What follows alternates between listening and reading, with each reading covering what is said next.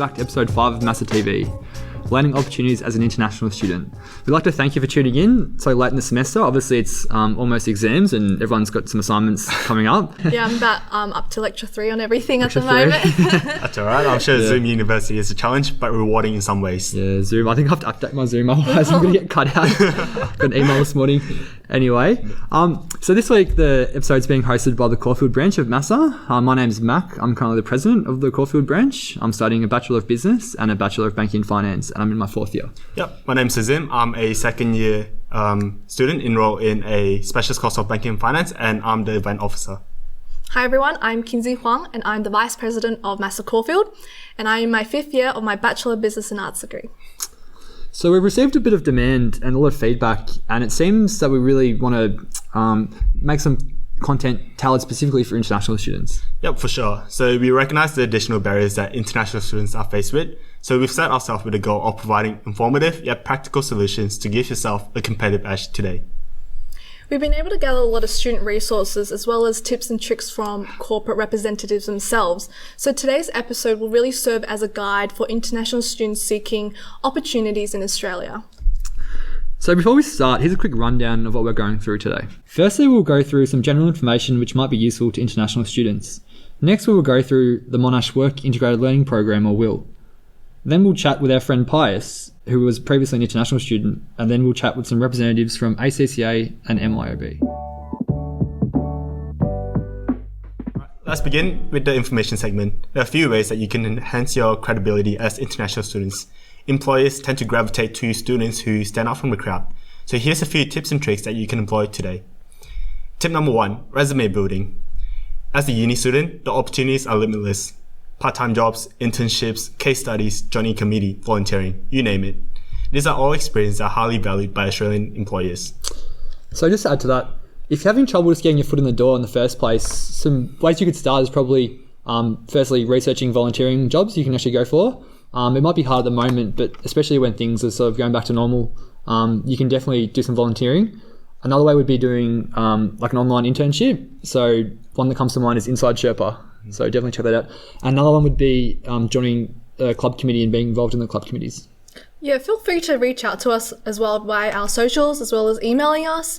That way you can get a better insight into what are the operations of our club. Yeah, and we definitely recommend that you guys come to all of our events, even our online events, and watch them and comment and be involved, and also come to our AGMs at the end of the year. Yep. For more information on resumes, check out our first episode of MASA TV. Number 2, learn the relevant technical skills. In accounting world, this includes software such as MYOB, XERO, NextGen, SAP. Another way that you may upskill is by taking up some free online courses.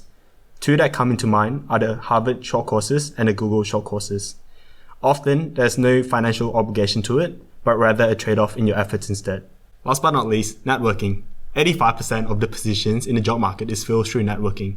It is important to build a professional relationship with the wider community.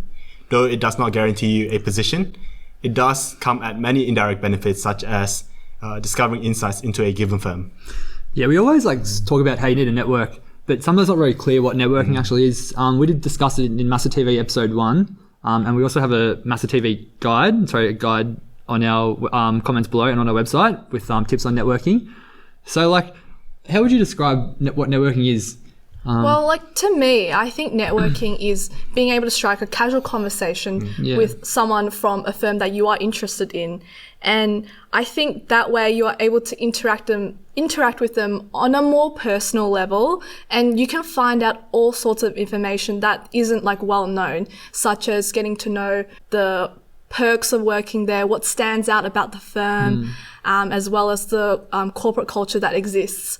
So I think overall, networking is very helpful, especially when you are applying for a position at that firm. You are able to get that initial interaction with them already. Yeah, and also just quickly, with some in terms of how you actually go about networking, so usually MASA runs a corporate cocktails evening once a year, so normally there you'd be able to mix with representatives from HR and workers from our sponsors. This year, obviously, we can't really do that depending on how it goes later in the year, but we did run a virtual networking session a few weeks ago, so that was quite good if any of you caught that. Another thing would be the Monash Career Fairs. They also hold a few things throughout the year.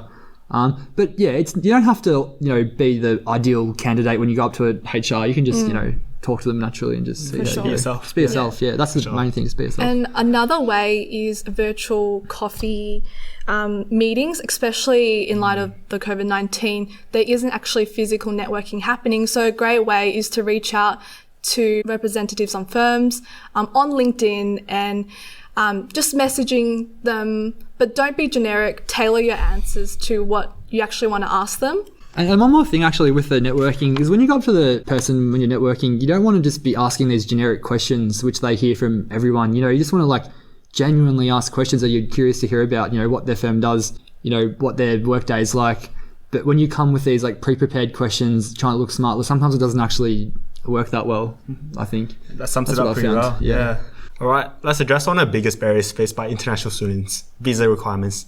There's a lot of companies who do not hire international students purely based on that fact. Obviously, do your research beforehand. However, here's 2 platforms that you can take advantage of today. Platform number 1, Grad Australia, seeking local opportunities either in the form of internships or graduate programs. Grad Australia has an accepts international application filter. Rather than needing to visit the individual's firm's website, this is a rather useful tool. Another alternative is using the Monash International Careers page, going global. Not only does it offer opportunities to entry-level jobs, but also provide general industry trends and insights catered to international students. All in all, the table listed on the screen is a result of our team's own research. By using both platforms in conjunction with one another, you'll be all set to land your first role in Australia. Hopefully that was some good information for everyone and something that you can take out of it as well. ACIA is a student-run non-governmental organisation that aims to promote, forge and develop the Australian-China relationship among students. We provide an avenue for students to learn about the Chinese culture and create new friendships as well. We do this by hosting a variety of different events. Our people-to-people pillar creates social events that allow students to form new friendships and have fun. Our career pillar holds events for students to gain insights on different career opportunities available and also provide information about work in the Australia-China space. Our education pillar hosts fun interactive events for both domestic and international students to learn about the Australian and Chinese culture and language. We also included a quick video of why this year's executive team joined ACIA.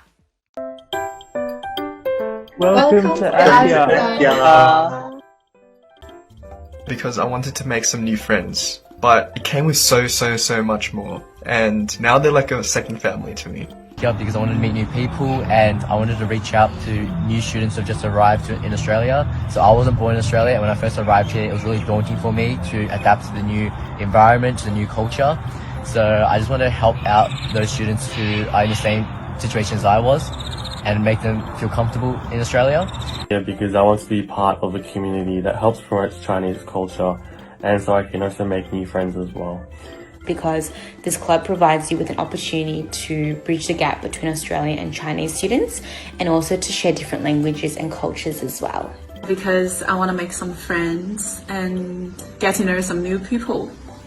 To meet some new friends, and for all the career opportunities the careers pillar offers. Meet new people, make new friends, learn more about my culture and heritage, and really take part in the community, which is what ACIA is really all about. Because it gave me an opportunity to reconnect with my culture again, and also it was a really lovely community to be surrounded by.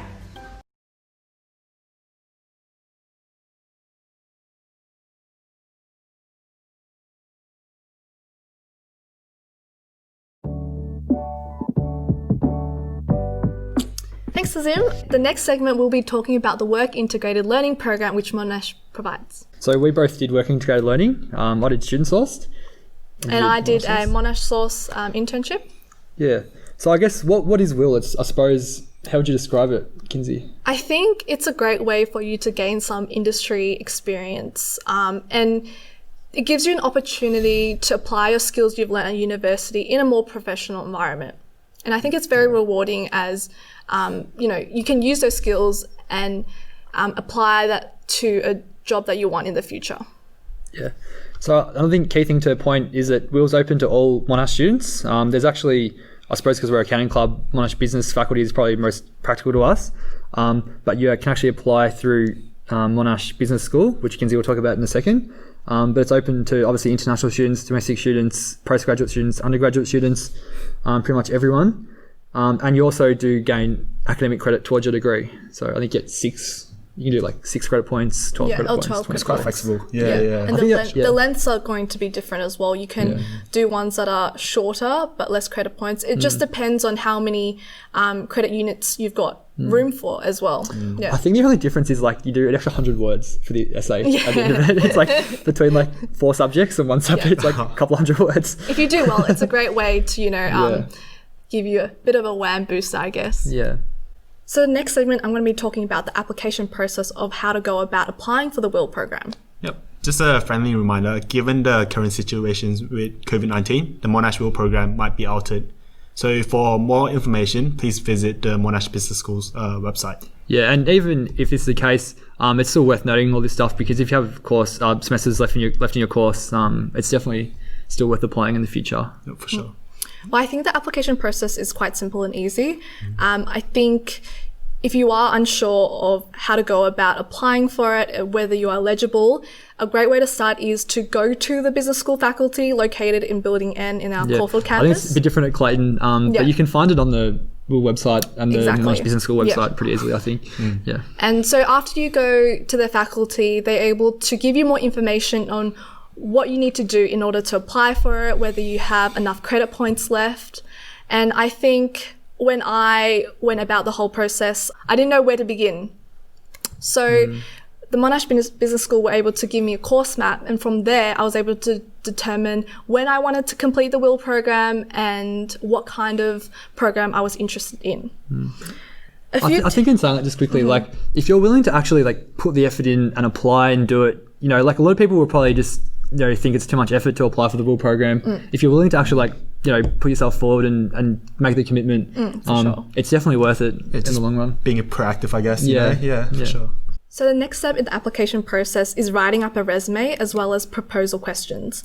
And I think for more information on how to write up a good resume, you can refer back to our MASA episode 1. In terms of the proposal, it is very important that you are specific in letting them know what kind of internship you are interested in. So for me specifically, I talked about how I wanted to go for something in the consulting field. I wanted to be able to help businesses solve problems for businesses. And also one of our vice president from Clayton, May, she requested a fashion internship and she got Forever New, I think. Forever New, Forever New, yeah. So, it's definitely worth putting down your interest and you might get something. The key is just to be specific of where you want to apply, and obviously if you are interested in it, they will put you in that firm. And they have a lot of companies, like more than you'd probably think. So definitely check it out. The next step is to prepare for a video interview, and it is important that you are prepared. There will be a couple of quite generic questions such as introduce yourself, so you need to be able to make sure you have a few points to cover, and for more information about it you can refer back to our MASA episode 2. In conclusion, I think the WIL program is a great place for you to gain some industry experience, especially for international students, and maybe hard to get over that initial hurdle, but it's a great way to get some experience. And just with the student source one, and just by writing the essay about it, I found that once you're actually doing the work and you're actually writing an essay reflecting about it, you sort of appreciate more what you've done. You can take more to learn from it. So, it's like, as opposed to doing a traditional internship by itself, doing the WIL program sort of forces you to really dive into understand what you've done and reflect on your experience. For sure. So we spoke to our friend Pius, who's currently working at PwC in infrastructure advisory. He's an ex-Monash student. He studied commerce and engineering, and he was also an international student. Let's show you the chat between him and Kinsey. Hi everyone, I am Kinsey from MASA Caulfield, and here we have Pius from PwC. He is an ex-student from Monash University. Could you share with us the process of how you landed your current position and how you know about the position availability and things you did to prepare for the interview, and a brief description of your service line? Sure. Thanks so much for having me. So as you said, I'm a consultant in an infrastructure advisory practice. I started at PwC maybe I think 2 years back after finishing off my degree at Monash, doing an engineering and commerce degree. I think it all started maybe when I was looking for internships here in Australia. As an international student, I think you may find that, your choices are pretty limited, but the Big Four was pretty known for having internship and graduate opportunities for international students. So I basically applied, and there's a whole long process. I'm sure if you have applied, you have gone through as well. Yeah, there's quite a process. There's like 4 or 5. You're right. Yeah.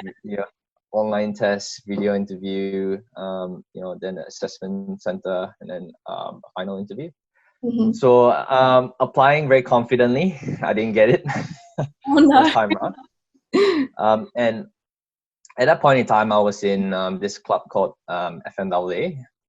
And I basically went to their events. I was also a sponsorship director there, and funnily enough, I was a sponsorship director to PwC. So I was, that gave me a lot of opportunities to have chats with them. And it was funny enough that awkwardly enough that I applied, did not get it, but I still had to face them.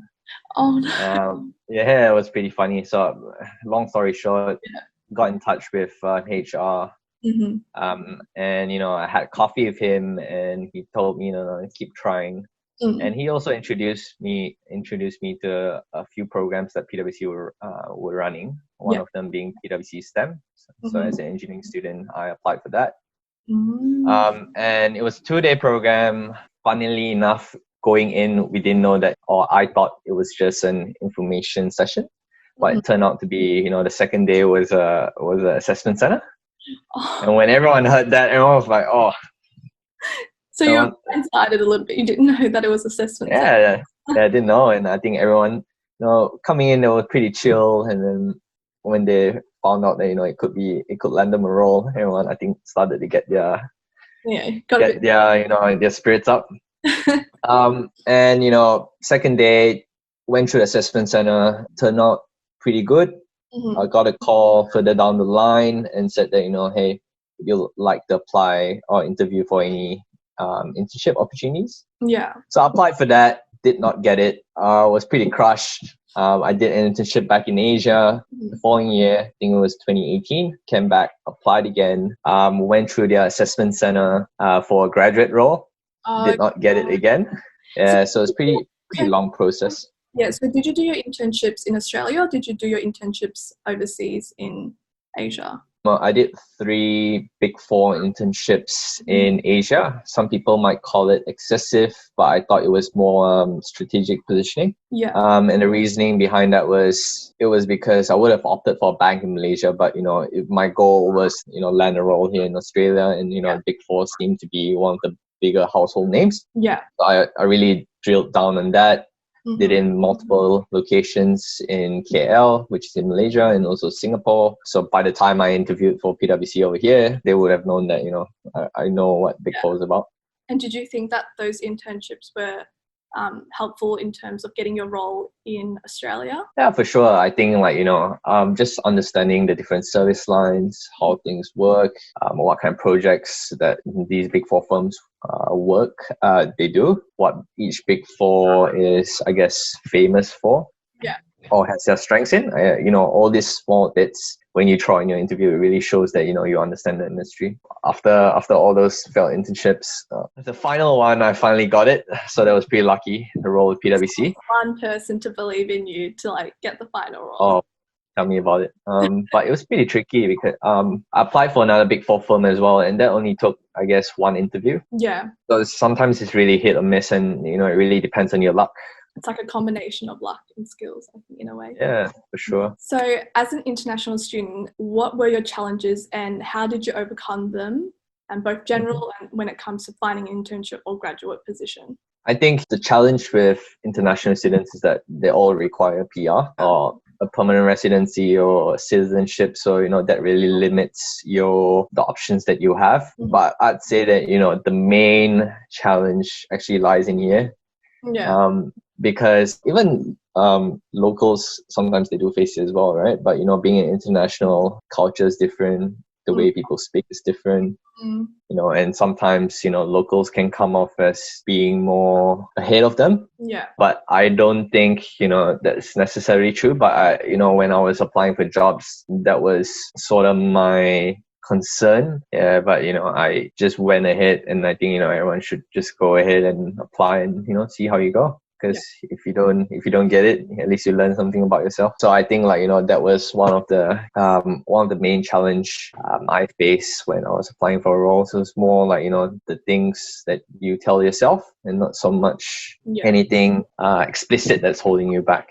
It's more like believing in yourself rather than competing against other people. And I guess the other bit would be exposure as well. Like, you know, being a foreign student, you might not have people or relatives or family that are here.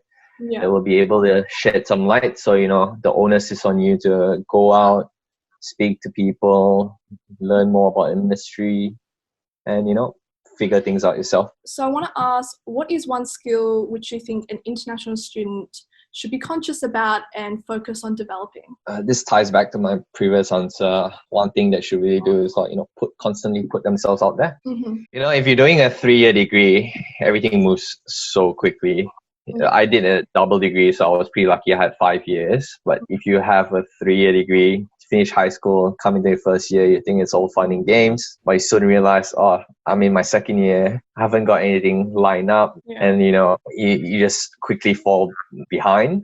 Whereas those people who have the exposure, I guess, you know, from year one, will already be doing the things that they need to do to set themselves up. That's not to say that, you know, it's all study and work hard. You know, you still can have fun during your uni days, but, you know, you need to prioritize whatever that you need to do and take them off, and then you go and have fun. And I wouldn't say it's mutually exclusive, but, you know, there will be times where you have to work hard, and there'll be times where you can let your hair down and relax. But, you know, getting your priorities straight, I think that's very important. And what's something you wish you had known before you started your journey in Australia as an international student? For me, it would be get as much exposure as you can early on. This not only applies to international students, but applies to even locals. If there's that one person who can shed some light on how you can progress, you know, that might be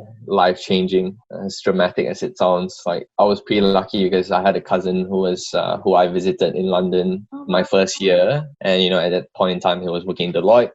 So he told me that, you know, you can enjoy your uni days, basically what I told you, but you have to do this, this, and that. And, you know, I felt that really set me up pretty well, and also, you know, put me ahead of quite a fair few people. And, you know, you compare this to someone who didn't have that opportunity or that mentor per se. They only realize, oh, 3rd year in, I should be doing this and that. And then one person's already 2 years ahead of the curve. What I'm trying to say is go out, speak to more people, have coffee chats with people, reach out to people on LinkedIn, craft a nice cold message. And, you know, most of the time, if you're a student, they'll be happy to oblige, and you never know, like, what kind of information that might come out of it that will shape yourself and into the future. So I think that's one thing. And, you know, if I could go back in time and tell myself, I would say join more case competitions early on, attend networking events. You like to be in the comfort of your own friends, and, you know, you group together, and, you know, you just forget about the world, which is nice. But, you know, it's reality, right? You got to find a job after that, and you got to take some steps leading up to that, which might be uncomfortable, going out to speak to people in networking events, you know, trying to learn about the industry, doing case competitions. The UBS Investment Banking Challenge was like a really, really good one. Or any case comps by FMLA. Small plug. How'd you go in the I've done a few, but I guess for the UBS case comp, the Monash team that I was in, we managed to achieve, I think, national finals. Oh, wow. Yeah, so I think it was the last step where you compete against the rest of the universities. And I tell you, if you want to do case comps, do the UBS, because it's intense, and the bankers there, when they judge you, you know, they go full on. Whereas in other case competitions I've seen, sometimes they try to be nice to students. So for the UBS, or I think even the Asset Management Challenge, which FNWA hosts as well, you know, the judges can be pretty blunt and straightforward, which is most of the time once you start working, you'll experience that. So, that really helps you grow, and that really helps you, I guess, have a taste of reality early on. For sure. Yeah, so, I think that's one thing that I tell myself early on: focus on your grades, but at the same time, focus on all these things that, help build you as a person. Yeah, being proactive and going out there. Exactly right. I think now even more so at work, I realize that, you may know a lot of technical knowledge, but you got to develop yourself as well, right? Believe in yourself, speaking out, having that personality. Because at the end of the day, the way I see it is, you can always learn technical knowledge, but personality-wise, it's harder to mold. And I think a lot of companies, while, demonstrating that, some technical knowledge is good, doesn't necessarily mean you will get a job. That personality is what they look for. It's not just everyone might have the same technical skills, but it's also about who you are, and that's what differentiates you from others, I guess. Exactly, and it's like, building that confidence as well in yourself. You do one case comp, you get smashed, and you feel like you want to stay in your own hole, but after you do a few more, you realize that, this is not so bad. And if anything, you learn from your past mistakes, but, it's sometimes you just need someone to tell you that, it's okay. Doesn't matter, how you felt back then, you'll rise again. So I also want to ask, where do you see yourself in the long term? Do you see yourself in infrastructure, or do you see yourself going back to Malaysia, maybe doing a few years, or you want to be in Australia for the long haul? Yeah, if my employer gets hold of this, I might be fired. Nah. I'm really enjoying the work here. I think it is interesting. Australia is one of the more developed countries in infrastructure, and the public-private partnerships, more experience in that. So there's a lot to learn, and I guess, in terms of the role, the company, PwC in Australia is amazing. The culture is amazing. You get to work from home every now and then. Back then, it was already something that you can do. People are smart. You learn a lot. It's a great firm, lots of benefits. And people that genuinely, I guess, want to see you succeed. In terms of where do I want to go in the next few years, I wouldn't rule out anything. To say that I want to stay in Australia forever would be pretty close-minded. I feel like, just take opportunities wherever they come. For sure. I mean, you're young, and explore. Yeah, exactly. Anywhere in the world, really. Yeah, be fluid, and I guess always keep an eye out for opportunities. But in terms of the work that I do, I really like infrastructure. Really exciting. If you see on the news, Australia is spending multiple billion of dollars in infrastructure. Look at the headline news that's going on: Westgate Tunnel in Victoria, Melbourne Metro, even the Virgin Australia deal that's going on right now. Right, everyone's falling. So that falls partly under infrastructure as well. It's really exciting. Enjoy it. So I see myself working in this industry. But in terms of where I'll be, I'm always open to opportunities wherever they exist. Thank you for your time with us today and sharing your story. And I'm sure a lot of international students are going through the same processes that you went through, and it's inspiring to hear your story. And thank you so much for joining us today. No worries. Thank you so much for having me. Thanks, Kinsey. That was some great insights in your conversation with Pius. Also, make sure you check out the article Pius posted on his LinkedIn. That's some useful information for international students. We'll post the link to the LinkedIn page in the comments below for Pius. Although we couldn't meet face-to-face, we've reached out to MYOB and ACCA, and they've given us some great insights that are tailored to international students. So firstly, we'll be going to Maurice from ACCA. For those of you who are not familiar with ACCA, we are the Association of Chartered Certified Accountants. We have been around since 1904 and started as the London Association of Accountants. ACCA received its royal charter from Queen Elizabeth II in 1974, and today we're one of the largest accountancy professional bodies globally, with more than 220,000 members and 540,000 future members in 179 countries. In Australia and New Zealand, there are 4,600 members and 3,600 future members, and we are one of 6 international bodies that are recognized by ESIC to be qualified accountants. Like local professional bodies, we also have members working in the Big Four accounting firm, the commerce industry, the banking sector, as well as the public sector. With globalization, the industry looks to hire qualified accountants with strong knowledge of international standards, access to a global network, and having insights to global perspectives. ACCA has an unrivaled network of members, and the qualification introduces our students to a wide range of cases from all around the world. I have been asked about ACCA's qualification recognition and how this global status can be beneficial to international students or students wanting to work overseas. When we speak about recognition, there are 2 areas of recognition. There's brand recognition and there's industry recognition. According to a LinkedIn report, 60% of ACCA members on LinkedIn work in a Big Four accounting firm. The rigor of the ACCA qualification has always been recognized in the industry, where employers know that ACCA members can competently do their work and have a strong knowledge in accounting and finance. From the UK to China, India, Pakistan, all across Southeast Asia, Europe, Canada, and the US, MNCs and Big Fours are hiring ACCA because they know that ACCA members are reliable finance professionals. The ACCA exams are closed book exams and short answer questions at the strategic professional level.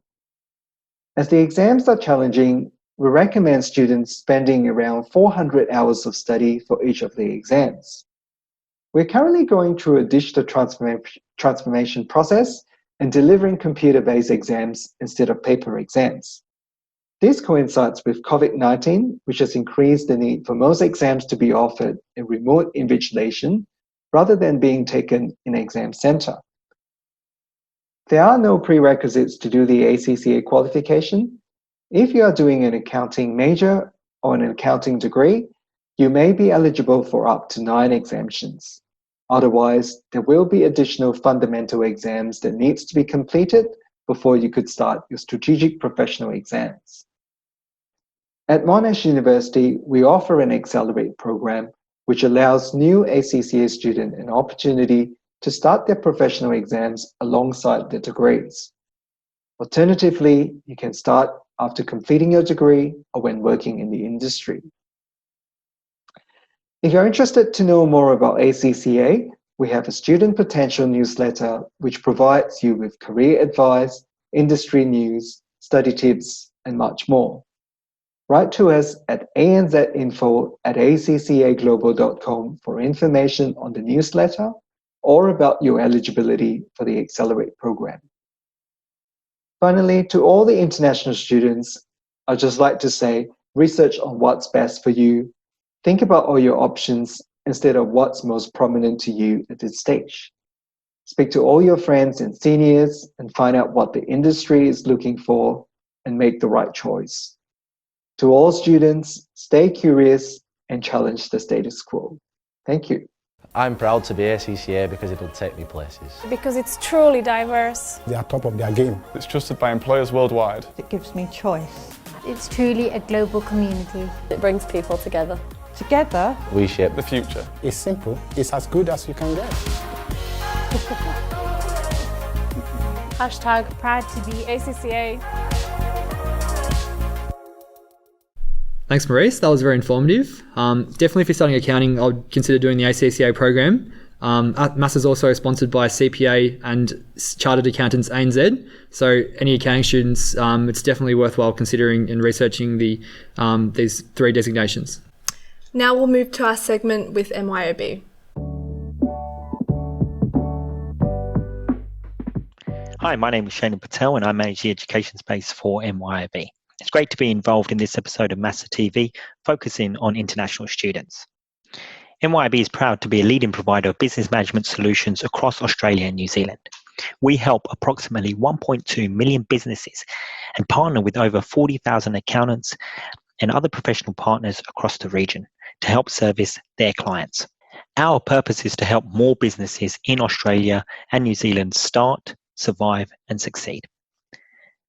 And we do this by having a range of products and services to cater for one-man bands, to SMEs with a few employees, to more complex businesses that have hundreds, if not thousands, of employees and require greater functionality from our enterprise software. We also partner with a number of other software providers that integrate with MYOB, but focus on a particular industry or pain point a business may face. At MYOB, we've developed a graduate program for aspiring software developers to kickstart their career after they have finished studying. The program, our Future Makers Academy, is more than just writing code. It is designed to help those that are starting out with dedicated mentors to build not only their technical capability, but also skills that will serve them for the rest of their career, like teamwork, continuous learning, and living by MYOB values. The program is open to all students. We have hired a number of international students that have joined the program over the past few years. Our values are very important to us. When we're looking to hire students, we want to see if our values align with theirs, but also, can they add to them? Are they passionate about the work that they do? Can they help us provide innovative solutions and make our software easier for our customers to use? Can they collaborate with the 2,000 staff that we already have within the business? And what impact do they want to have on our customers that drive our world? Skills that I think will help international students navigate any career are the 5 shown. Communication is very important. And even if your English is not your first language, the ability to articulate the skills, the experience you have, communicate with people inside and outside of the company you work for, and whether it is face-to-face or online, how you communicate that is going to be very important moving forward. I've already mentioned we have 2,000 staff at MYOB, so collaboration is very important. How can you work with us? How can you help us work better together? Be curious, ask questions, ask for help. With things changing so fast now, no one can afford not to be a lifelong learner.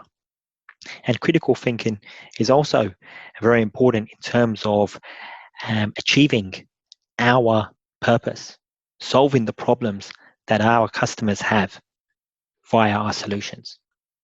And be creative. Think outside the box. Is there a new way of doing things? This quote from Charles Darwin is as relevant now as it was when he first said it. And it is not the strongest of species that survive, nor the most intelligent. It is the one that is most adaptable. And above all, being adaptable is going to help you. They say now that most people will have up to 20 different jobs, work in 5, 6 different industries, and how you adapt from each one will help you be successful throughout your career. Transferring the skills that you have developed, keep on developing to a new environment. Before I joined MYOB, the last time I spoke to a student was when I was a student. And I didn't have many relationships within if any, relationships within the education space. But I do have a history of being able to build relationships with the industries, the customers that I worked with. And so I was able to transfer those skills across, adapting to my new environments. Given we are looking for software developers, those that are studying software development or computer science are predominantly the ones that have joined our program. Having said that, we have had a number of commerce students join the program as well over the past few years. Those that are interested in tech may have taken a couple of tech, computer science or software development papers, or have been learning on the side at home how to code, but want to continue down that path. So it is not limited to those already studying or in the field. We are open to seeing those that have a passion for what we do and want a career within software development. The program is open to all students, even international students, but just be clear with regards to what your working requirements are in Australia and New Zealand, and be open about that. When I came to New Zealand 10 years ago, I had on my CV what my visa status was, that I wasn't a New Zealand national or had permanent residency. I came on a 1-year working visa. And my employer was happy with that. And after that, they helped me to get my residency and then my permanent residency. But it is very important that you are open and honest about that, but find that out yourself. What are your, if you have any restrictions, or what sort of companies you can work for. I hope that has given you a snapshot of MYOB, our graduate program, and some of the skills that are going to help you, whether it is within software development or for MYOB or another path. Anyone interested in joining our program, go to our website and our careers site, and then we do have a dedicated graduate page. Or please feel free to connect with me. I'm on LinkedIn. Just search Shailen Patel. Thank you and good luck with the rest of your career. Well, thank you, MIB, for that video. I think it was very informative, and hopefully a lot of the students listening at home will take some of the tips and tricks and be able to apply that to their future semesters at uni. Yeah, for sure. Just to let you know as well, MASA offers the full support to international students. The investment for an inclusive and diverse community defines MASA, so please feel free to reach out at any time. To give everyone an update on MASA Caulfield, we have suspended membership fees, but you can still join as a member for absolutely free. And next semester they can. Oh yes, next semester. I'm just going to pay $10 right now. Yeah. Thank you again for tuning in. We really appreciate it. Don't forget to like us on all our socials. Fill in our feedback form, and good luck with your exams. Make sure you study hard and stay off TikTok. Yeah.